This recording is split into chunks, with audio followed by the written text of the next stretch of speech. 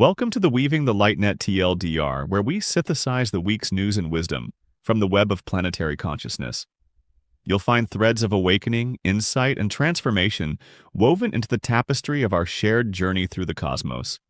If you want to do deeper, check out the full-length episodes linked below. All right, welcome to The Explainer.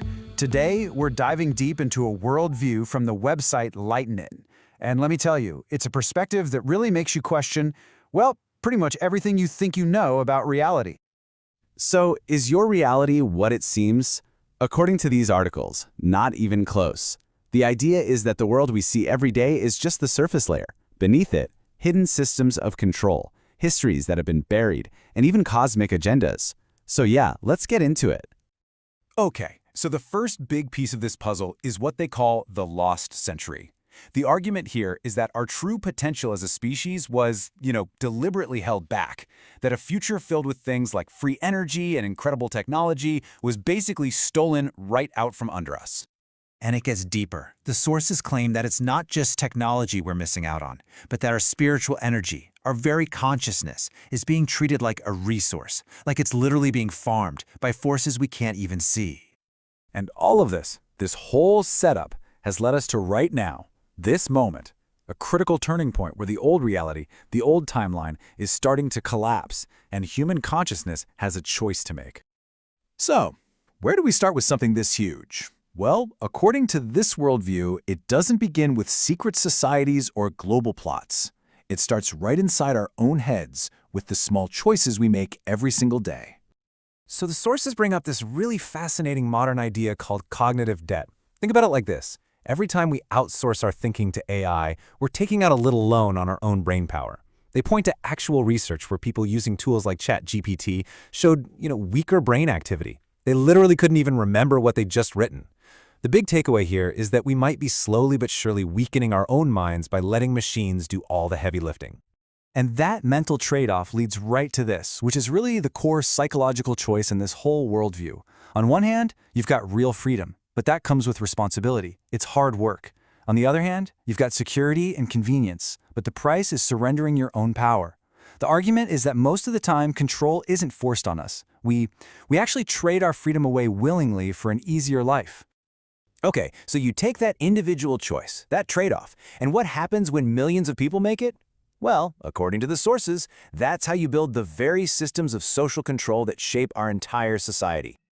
To make sense of all the chaos and division we see today, the sources bring in this idea called the fourth turning theory. The gist is that history moves in these 80 to 100 year cycles. You have a high, when everything's being rebuilt, then an awakening with lots of rebellion, then an unraveling where trust falls apart, and finally, you get to the crisis. That's where they say we are right now. It's this super intense period where the old world breaks down and a new one is born. Everything's on the table.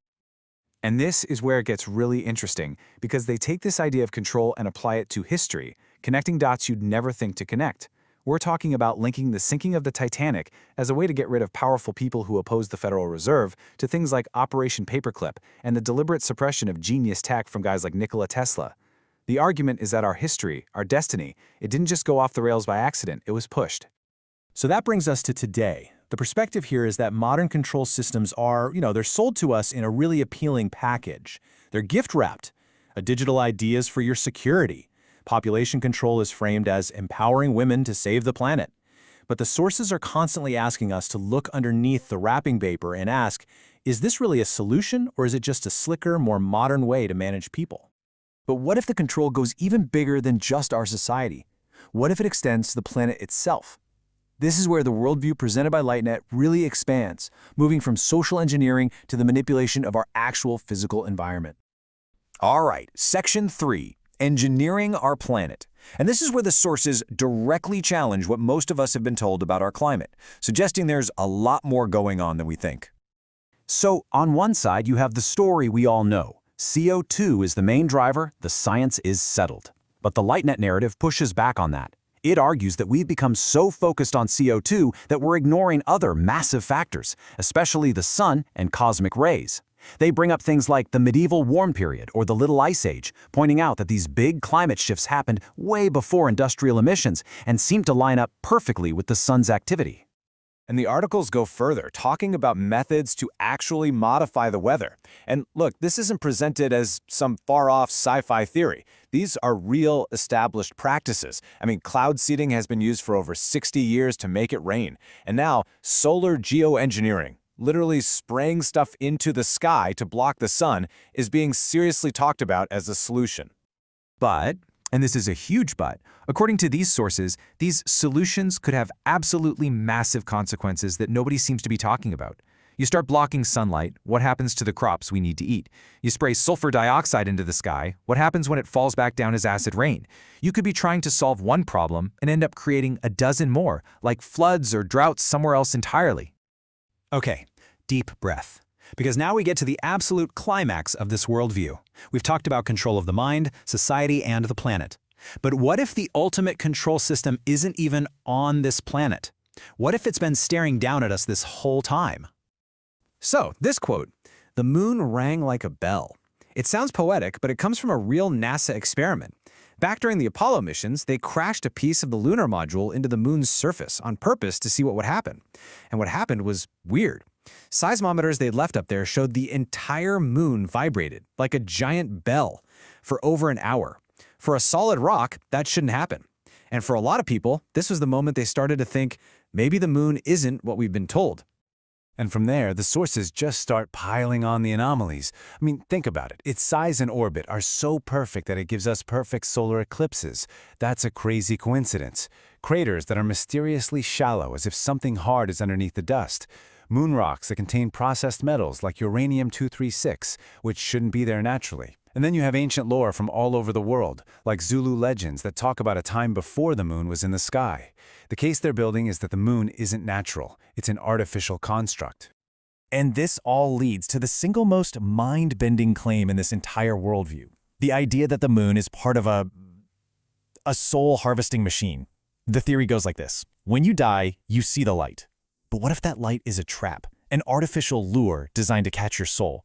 Once you're in, your memories are wiped clean, and you're recycled back to Earth for another lifetime, all to generate emotional energy, what they call loosh, that feeds unseen entities.